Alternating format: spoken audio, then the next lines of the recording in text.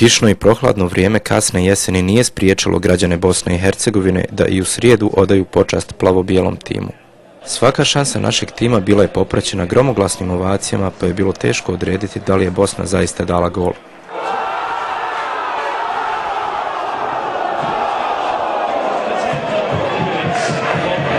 Ni mnoge propuštene šanse nisu pokolebale duh naših navijača.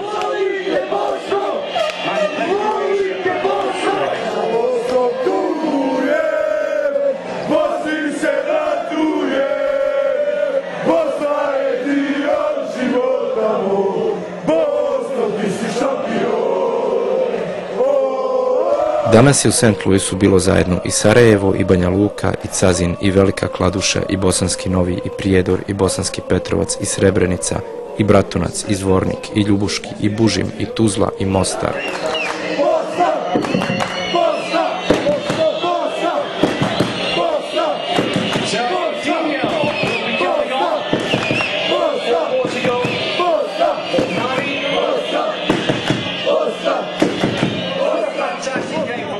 Žestina navijanja u 80. minuti utakmice je bila ista kao i u prvim minutama.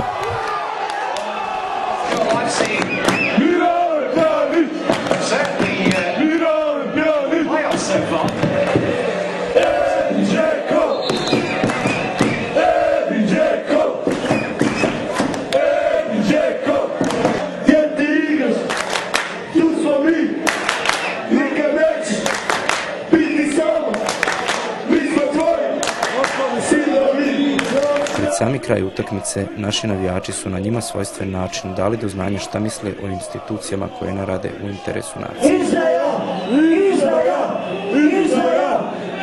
I na kraju, kada je pobjeda Portugala postala izvjesna, naši navijači nisu žalili. Umjesto toga zapjevali su pjesmu svojoj domovini i svojoj zastavi.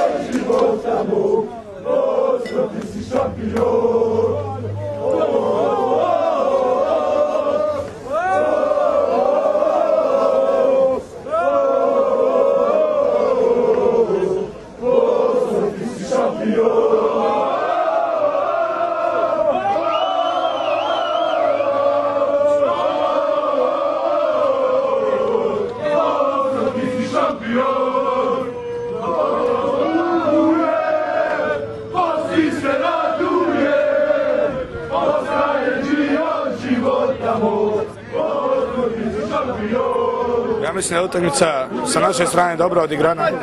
Mislim da je Utakmica kako smo vidjeli bila je malo i prodana u mojim očima. Sudija je pretežno samo nama svirao sve. Ja sam sretan što smo došli do ovdje. A ako Bog da je evropsko, je naše. A mi dolazimo opet. Znači, do ovdje smo došli, ovo smo ostvarili, a evropsko čekajte nas, dolazimo spremno. Nema veze, iako smo izgubili Bosna u našem srcu, i ako Bog da svjetsko prvenstvo, bit ćemo šampioni. Svima je jasno i svi smo znali da je predsjednik FIFA Blatter i cijela FIFA bila protiv Bosne i Hercegovine da ide na svjetsko prvenstvo. Mi smo ovdje sretni što smo došli u baraž, Čiro nas je doveo gdje niko. I Savez Napolje! Savez Napolje! Izvor su problema.